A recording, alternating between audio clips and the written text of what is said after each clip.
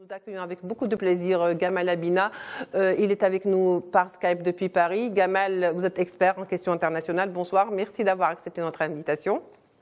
Bonsoir à vous et merci pour l'invitation. Merci. Et nous accueillons également, toujours par Skype et depuis Paris, Badis Khenissa. Vous êtes président du think tank Émergence et spécialiste des questions internationales. Badis, bonsoir et merci d'avoir accepté notre invitation.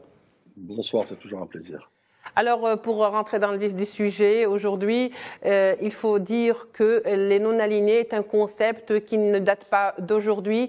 Quel rôle le groupe des non-alignés aujourd'hui et dans la conjoncture actuelle telle qu'elle se pose peut jouer? Monsieur Gamal Abina. Simplement, comme vous le dites, les non-alignés, c'est 55, c'est la fameuse conférence de Bandung avec Nasser, Tito et Nehru. Donc c'est une conférence qui était destinée à sortir de ce clivage du bloc Est-Ouest, donc le bloc soviétique d'un côté et le monde occidental emmené par les États-Unis de l'autre. Et ils avaient décidé effectivement de ne pas être le théâtre d'opération de ces deux blocs par rapport à une guerre froide qui devait démarrer et qui devait durer très longtemps. Donc ce mouvement est né sur la base d'une rupture avec cette idéologie bipolaire, et parallèlement à ça aussi, ce mouvement est né de l'espoir que le tiers-monde puisse se défendre évidemment de la colonisation, du néocolonialisme, de la ségrégation, du racisme, bref, de tout ce qui constituait l'essentiel de l'idéologie occidentale lorsqu'elle a dominé le monde pendant à peu près 4 siècles. Aujourd'hui, évidemment, cet espoir revient puisqu'il y a à nouveau un conflit Est-Ouest qui est en devenir et qui est déjà existant par rapport à la question ukrainienne, une fracturation du monde, et on se rend bien compte que les blocs en question, ces fameux non-alignés qui représentent quand même 55% de la population de la planète, 120 pays, arrivent à point nommé pour pouvoir redonner une nouvelle lecture, peut-être un nouvel espoir d'une multipolarité, et une multipolarité et non pas une bipolarité. Oui, alors Badis Khenissa, le sommet d'hier qui s'est déroulé à Bakou a vu la présence de plusieurs chefs d'État d'Asie, d'Amérique, mais également d'Afrique. C'est un peu une nouvelle vision, une nouvelle version qui s'est imposée à nous, ou ceux qui ont en tous les cas suivi justement ce sommet aujourd'hui. Alors, est-ce que cette nouvelle vision qui s'éloigne un petit peu des mouvements de décolonisation, qui s'éloigne un petit peu de cette guerre froide des deux blocs et de ce refus de certains pays de s'aligner et qui finalement a fini pour certains pays par un alignement aujourd'hui, est-ce que c'est ça la nouvelle vision qui s'offre aujourd'hui dans ce contexte actuel? Écoutez, tout d'abord, il faudra rappeler le contexte dans lequel cette conférence se tient aujourd'hui, dans un contexte assez particulier. Effectivement, dans un contexte conjoncturel, que l'on l'a souligné, dans aussi un contexte géopolitique, ou je dirais même un cataclysme géopolitique, avec l'émergence de ce nouvel ordre mondial bilatéral, multilatéral. On le saura davantage plus tard, mais effectivement, c'est un système mondial qui se cherche, dans lequel on a déconstruit effectivement peut-être les paradigmes anciens pour redonner naissance peut-être à un prisme de lecture, mais surtout un levier d'action beaucoup plus novateur, beaucoup plus adapté, puisqu'il est question aussi aujourd'hui d'adapter ou de corriger une trajectoire, de corriger même la matrice elle-même de ce mouvement, puisque, rappelons-le aussi, et non des moindres, un petit détail, c'est le plus grand rassemblement, je dirais le deuxième rassemblement d'États au monde après les Nations Unies, à savoir 120 pays. Oui, effectivement, comme vous l'avez souligné, je serais tenté de vous dire même que l'histoire parfois se répète, puisque aujourd'hui nous sommes en train de vivre quelque part ce que j'ai qualifié de guerre tiède. C'est ce front Est contre Ouest, à travers la crise ukrainienne, à travers effectivement cette coalition, qui s'est créée dans le continuum de ces tensions à répétition, dans lequel peut-être ce levier permettrait, comme il fut un temps à la fondation de ce mouvement, pourquoi pas initier une impulsion nouvelle, une dynamique, comme j'ai expliqué, avec une réflexion beaucoup plus collective, beaucoup plus altruiste et surtout qui mettrait les enjeux et les défis nouveaux, encore une fois, les mutations de ce monde au cœur du plan d'action, au cœur de la réflexion. Et qui de mieux peut-être que l'Algérie, qui d'ailleurs, peut-être on en parlera plus tard, a été ce levier de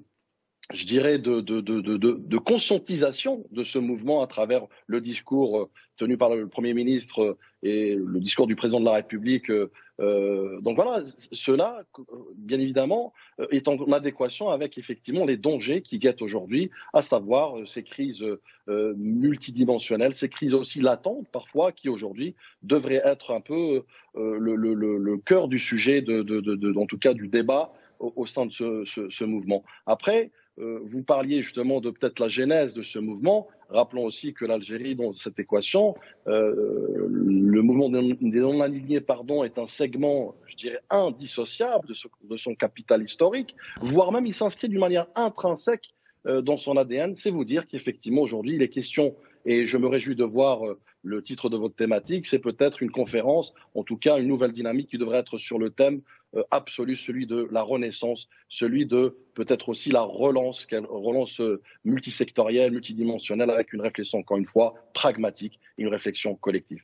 Alors, le sommet d'hier, le sommet de Bakou, justement, on est loin de celui de Bandung, n'est-ce pas?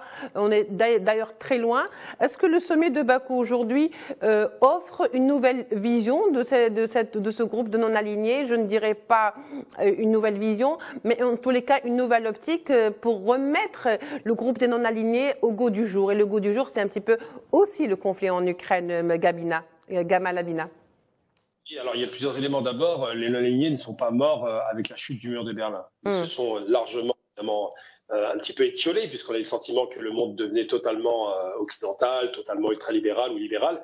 Mais très rapidement, il s'est avéré que des acteurs importants de ces mouvements non-alignés, comme évidemment l'Iran et puis le Venezuela, donc par Chavez et puis par Ahmadinejad, ont essayé de relancer au début des années 2000 cette dynamique de non-alignement. Parce qu'évidemment, ces pays-là, du Sud, comme toujours, il faut bien se rappeler que les pays non-alignés sont essentiellement des pays du Sud, ont du mal à appréhender le nouveau monde dans lequel ils vivaient. Un monde évidemment ultra-libéral, mais surtout un monde unilatéral où les Américains faisaient la guerre où ils voulaient, quand ils voulaient, surtout au Moyen-Orient et en Afrique. Et puis là, avec l'arrivée de cette crise ukrainienne, là, il y a un changement de paradigme qui s'est opéré de façon violente. On revient sur un peu le schéma de pensée de la guerre froide, mais avec quelques nuances tout de même.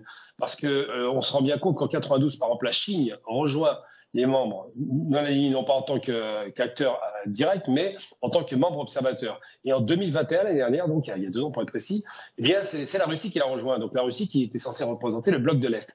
Donc il y a vraiment quelques changements, quelques lignes qui ont bougé, et on se rend bien compte que les alignés sont de plus en plus, entre guillemets, proches plutôt à l'Est. Mais il est certain qu'avec la réunion de Bakou de M. Aliyev, eh bien, la dynamique de relance de cette perspective de se dire que nous avons aujourd'hui voix à la parole, puisque les pays non alignés ne sont pas les pauvres de 55 de Bandung. Ce sont des pays souvent développés, avec l'Inde par exemple, avec la Chine bien sûr, mais surtout des pays comme l'Iran qui a accédé à l'industrie et pas mal de pays comme l'Algérie qui dynamisent beaucoup la relation diplomatique. Ces pays ont décidé de dire qu'ils vont faire entendre leur voix, qu'ils seront singuliers. C'est-à-dire qu'ils ne marcheront pas dans ce piège à nouveau tendu de dire qui n'est pas avec nous et contre nous. Ça, c'est le discours américain de George Bush en parlant de l'axe du mal. Là, effectivement, cette relance de cette perspective est une relance qui donne beaucoup d'espoir parce qu'évidemment, il y a beaucoup de pays qui sont représentés, puis surtout parce que le monde s'y prête. Il faut absolument que ces pays se singularisent, qu'ils montrent une autre voie, qu'ils montrent la voie de leurs propres intérêts, parce que, comme ça a été dit, 120 pays tout de même, ça représente beaucoup sur 180 pays, et c'est quasiment les 2/3 de l'humanité. Donc c'est une chose qu'il ne faut pas perdre de vue, mais cette relance-là, elle n'est pas anodine. Elle est redynamisée, accompagnée de grandes puissances aujourd'hui, et je pense que le terme de cette réunion de Bakou, en Azerbaïdjan, sera simplement de parler évidemment des multicrises qui arrivent, mais surtout de la crise ukrainienne et du rapport nouveau qui est en train de se dessiner entre l'Est et l'Ouest. Alors, on sait très bien que certains pays qui sortaient à l'époque, dans les années 50, de la décolonisation ou de la colonisation, comme l'Inde, comme l'Algérie, comme le Pakistan, comme le Vietnam, par exemple, c'était le premier souci, c'était de ne pas se positionner. Mais par la suite, on a vu qu'il fallait faire des positionnements. Alors, Badisra Nissa, est-ce que le fait de parler de non-alignement, cela signifie tout simplement de ne pas prendre ou de ne pas participer au débat mondial, qui est un impératif ?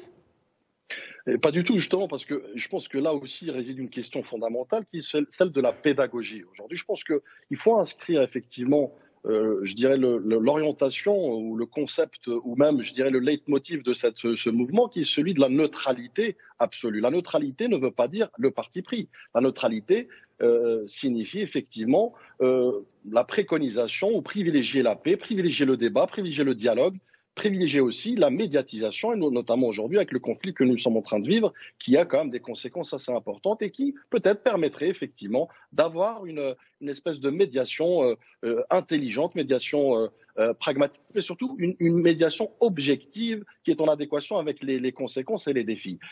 Ce mouvement, effectivement, gagnerait aujourd'hui, encore une fois, à avoir ce travail de fond, c'est celui d'inscrire aussi, pourquoi pas, les doléances et les attentes de ce mouvement au sein même de l'agenda onusien, puisqu'il est aussi question aujourd'hui de rabattre les cartes, à savoir créer un équilibre des pouvoirs, notamment cet espace important, comme je l'ai souligné tout à l'heure, qui est quand même le deuxième plus grand rassemblement d'États au monde, pour qu'ils puissent aussi prendre part dans l'échiquier de cette reconstruction de ce nouveau système, comme j'ai expliqué au début, mais surtout qui permettrait, à bâton rompu, je dirais, mais loin de la naïveté absolue, mais pour me permettre, pourquoi pas, de mettre les compteurs à zéro, mais surtout encore une fois, s'attarder sur les sujets de divergence, que ce soit d'ailleurs dans le mouvement, puisque j'ai parlé de refondation et de peut-être reconstruction de son approche et revenir peut-être à sa genèse et peut-être aussi à ses fondamentaux qui ont permis l'émergence de ce mouvement à travers peut-être une convergence des luttes,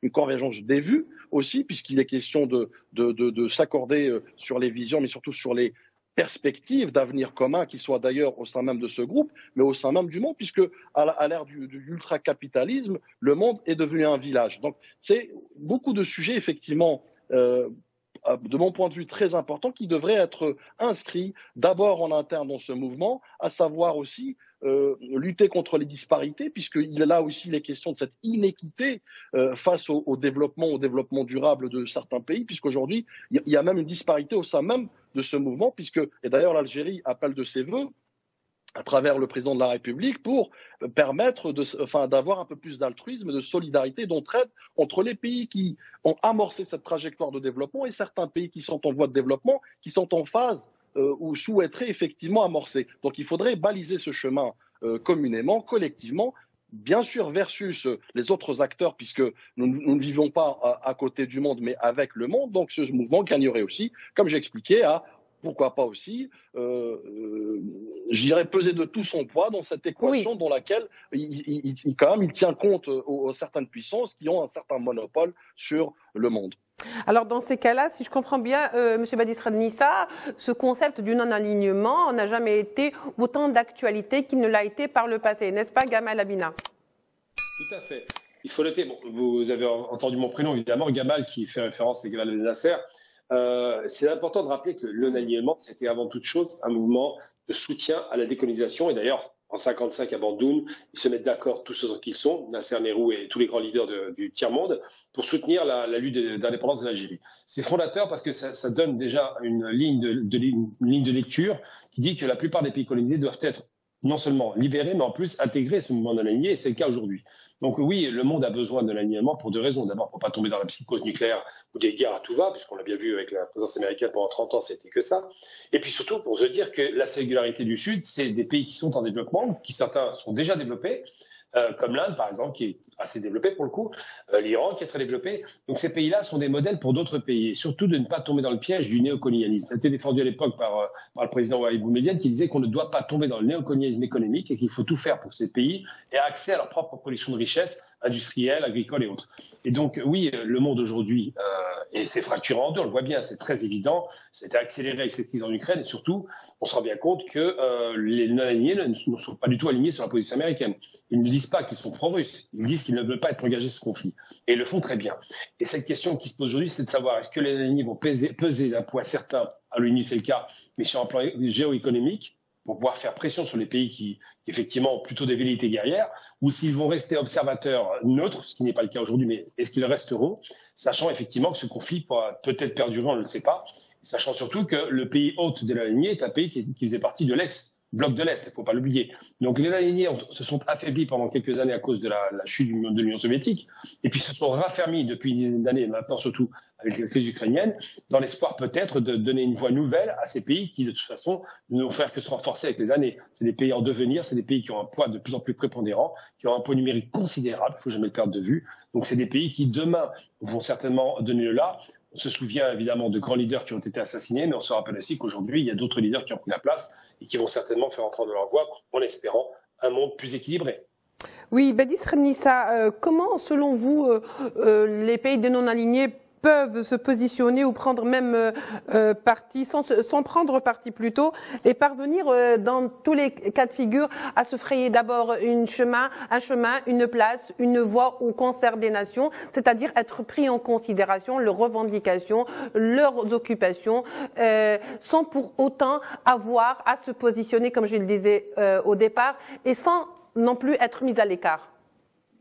Non, comme j'expliquais un peu précédemment en substance, effectivement, aujourd'hui, le contexte de conjoncture fait qu'aujourd'hui, il devrait y avoir cette impulsion, il devrait y avoir cette nouvelle page qui doit s'écrire avec, bien évidemment, le monde, mais au sein même de ce mouvement qui devrait et qui gagnerait à avoir cette transformation, cette mutation, ce que j'ai appelé tout à l'heure cette adaptation aux mutations du monde et notamment géopolitiques, mais surtout que le travail de fond doit commencer d'abord en interne, comme j'expliquais, par cette réunification, je dirais, des vues, cette réunification, cette convergence des luttes et des vues aussi, à travers un projet, pourquoi pas ambitieux, audacieux, puisqu'il est question aujourd'hui aussi d'accompagner les mutations du monde et d'accompagner aussi les transformations, à savoir parfois même la condescendance, parfois même l'hégémonie de certains pays occidentaux ou certaines puissances. Donc il est question de jouer avec les mêmes armes, de jouer avec les mêmes règles, mais surtout de jouer intelligemment avec une stratégie dans laquelle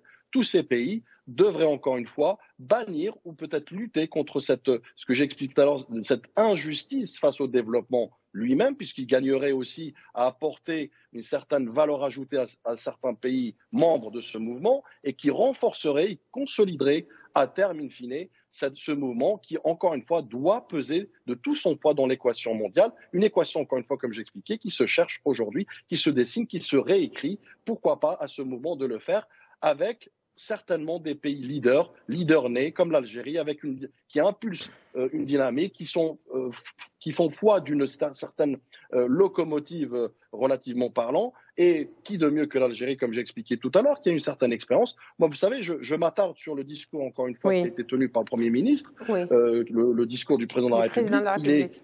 Il est historique, il est révélateur, il est orné de plusieurs touches d'espoir, mais surtout de pragmatisme, puisqu'il invoque tout d'abord l'expérience de l'Algérie, sa détermination et son ambition à créer un mouvement fort. Rappelons-le que l'Algérie est sur plusieurs fronts, à savoir le BRICS, l'intégration justement du mouvement au sein même de l'équation mondiale développement économique, elle est sur la CEDEAO, elle est sur la ZLEC, elle est sur la COMEFA, elle est sur l'Union européenne, plusieurs registres dans lesquels l'Algérie devrait effectivement être cette source d'inspiration, cette source d'expérience, puisqu'elle a démontré aussi qu'elle était aussi dans l'altruisme mesuré et raisonné, puisque, rappelons-le, pendant la crise du Covid, elle était l'initiatrice, je dirais, de ce fonds sanitaire. Donc, les enjeux sont grands, les dangers aussi, également. Les défis aujourd'hui et les challenges sont multiples, sont multidimensionnels, à savoir qu'aujourd'hui, il y a la santé, il y a le chapitre économique, le chapitre énergétique, le chapitre aussi alimentation, le chapitre sécuritaire et stabilité du monde, dans un monde titubant, dans un monde qui de jour en jour se construit sur des sables mouvants. Au mouvement de reconstruire tout cela sur des bases saines, sur un socle solide dans lequel il donne effectivement le tempo, il donne le cap. Et encore une fois, je crois profondément et je suis intimement convaincu que l'Algérie va jouer ce rôle-là à terme. Et puisque vous parlez d'Algérie, nous allons encore parler d'Algérie avec Gamal Abina. L'Algérie a appelé les États du mouvement des non-alignés à redoubler d'efforts en vue, je cite, de consacrer les principes fondateurs du mouvement. Comment, selon vous, Gamal, cela peut se faire, surtout que cela devient un impératif, comme je le disais tout à l'heure, sur fond de crise ukrainienne, et surtout, faut-il aller vers une coopération beaucoup plus sud-sud, parce qu'il y a beaucoup de pays qui, depuis donc les années 50, ont connu un certain développement qui est assez louable. La principale puissance dont les pays du Sud bénéficient, en dehors de l'extraction minière et de tout un tas de produits, c'est l'extraction énergétique. C'est tout ce qu'on parle d'hydrocarbures, tout ce qui est énergie fossile. Cette puissance s'est révélée avec la crise ukrainienne, indépendamment des volontés des pays d'origine du Sud. Oui. Mais surtout, il faut se rappeler qu'en 1955, cette puissance n'existait pas. Que ce soit l'Égypte qui n'avait pas son canal de Suez puisqu'il le récupère en 1956, oui. Que ce soit les pays Thierry, nationalisation du pétrole en 71, la Libye de même, la plupart des pays arabes et des pays du Sud n'ont pas la propriété de leur exploitation minière et pétrolière. Là, la chose est complètement changée. Tous ces pays possèdent ces réserves considérables de gaz et de pétrole. Ils ont donc un levier considérable face à l'Occident, mais surtout, et c'est le plus important, ils ont la possibilité de faire valoir à la fois cette puissance énergétique dont je viens de parler, la puissance industrielle, puisque la Chine, par exemple, ou l'Inde sont de grandes puissances industrielles et d'autres pays qui leur emboîtent le pas, et puis surtout l'influence en termes numériques. C'est-à-dire que c'est des pays qui ont une quantité d'habitants considérable. Donc, à tout point de vue, ils ont des leviers pour se faire entendre. Aujourd'hui, par exemple, on a vu la valse un petit peu sur Alger des différents ministres et chefs de gouvernement qui sont venus pour demander aux Algériens de leur donner du pétrole et du gaz, d'augmenter leur production. Ils ont fait le même pour le Qatar, ils ont fait le même pour la plupart des pays du Sud, jusqu'à aller voir, et c'est quand même pas anodin, aller voir le Venezuela, qui était encore il y a un an banni des nations mondiales occidentales. Donc aujourd'hui, ils font la danse du ventre même auprès de l'Iran, parce que le monde est énergie et que l'énergie se trouve dans le Sud pour l'essentiel. Donc c'est vrai que ce levier est un moyen considérable de pression, et pas seulement. Il y a aussi le rapport effectivement idéologique, parce que le Sud n'a pas trempé dans les grands crimes perpétrés par l'Occident, on le sait, et surtout le Sud a tout intérêt à travailler dans des relations Sud-Sud dont vous venez de parler. Il faut tout faire pour intensifier ces relations. Elles existent déjà. L'Union africaine, ça a évoqué les différents l'ASEAN, les différentes organisations comme ça qui existent déjà, mais qui vont intensifier leurs relations parce qu'ils se rendent bien compte que le Nord est en perte de vitesse et que le Sud peut, à lui seul aujourd'hui, être capable de répondre aux besoins des populations, de développement, de richesse et surtout de dignité humaine, ce que le Nord a depuis très longtemps abandonné. Oui. Badis Renissa, alors il est vrai qu'aujourd'hui c'est très bien de dire que les pays refusent de s'aligner avec l'un ou l'autre parti. Ça s'est fait déjà par le passé, mais l'histoire a démontré qu'au bout d'un moment, il fallait absolument que certains pays prennent position. On l'a vu avec l'Égypte, par exemple, lors de la guerre justement contre Israël. Elle a été fournie en armes par la Russie. Lorsqu'il y avait la guerre aussi contre le Vietnam, beaucoup de pays de non-alignés se sont positionnés contre les États-Unis. Alors, comment peut-on, si vous voulez, résoudre cette équation sans pour autant perdre ses intérêts dans tout cela, Badis? Non, comme j'expliquais tout à l'heure, en fait, c'est que le mouvement doit impérativement faire cette refondation, cette réforme accrue, notamment en interne, mais surtout aussi en matière de débat et de dialogue, de pédagogie, pour expliquer qu'effectivement, le mouvement est un partenaire fiable, est un partenaire viable aussi, puisqu'il est question aussi d'un mouvement qui regorge de plusieurs richesses sous plusieurs aspects, quand on connaît aujourd'hui que l'Occident vit une crise aiguë, une crise sans précédent, d'ailleurs qui a des conséquences, je dirais, collatérales sur le monde. C'est pourquoi je pense qu'aujourd'hui, on est tous, enfin je prends cette métaphore, on est tous sur la même barque et on gagnerait effectivement à amorcer ce débat respectueux, ce débat d'égal à égal, ce débat effectivement entre puissances dans lequel il y a cet équilibre, mais surtout cette équité, cette justice de développement, cette justice face effectivement aux enjeux aussi, aux défis et aux dangers auxquels tout le monde fait face aujourd'hui. Et par ailleurs, si vous me permettez aussi, oui. Il faut encore une fois avoir s'éloigner de cette espèce de prisme de condescendance peut-être hérité par une période néocolonialiste. Oui. Et surtout, encore une fois, je retiens le mot pédagogie, puisqu'il est question aussi peut-être de casser certaines incompréhensions, certains malentendus, pour permettre effectivement, encore une fois, tout en gardant chacun son espace et son équilibre de pouvoir, permettre par l'addition de plusieurs facteurs et l'addition de plusieurs actions communes et collectives. Je rappelle que le mouvement, à travers le ministre des Affaires étrangères azerbaïdjanais, a demandé à mettre dans l'agenda effectivement de l'ONU impérativement à terme cette question de développement durable pour que ces pays, en tout cas les moins favorisés, puissent être aussi au diapason ou au moins avoir la chance du développement pour tous. Donc oui, effectivement, le mouvement, je dirais, s'impose aujourd'hui, mais il gagnerait en tout cas à défendre son intégration pleine et entière dans l'équation, dans l'agenda de l'ONU, dans l'agenda de toutes les organisations internationales et notamment occidentales. Alors juste une petite question, mais je demanderai aussi une toute petite réponse, Badis, avant de conclure, parce qu'il ne nous reste pas beaucoup de temps. Alors, pensez-vous que sommes-nous aujourd'hui dans un monde ou dans une conjoncture mondiale où justement le concept même de non-aligné n'a pas tout à fait sa place, ni même son importance, ou est-ce que c'est le contraire ? Non, c'est ce que j'ai dit tout à l'heure, c'est tout à fait le contraire. C'est que non aligné, il faut expliquer, faire de la pédagogie, qu'effectivement, c'est un choix, c'est un concept. Et d'ailleurs, c'est un concept vertueux, puisqu'il permettrait aussi, justement, de s'éloigner de toute guerre, de tout conflit et privilégier, encore une fois, la paix durable, surtout. Voilà.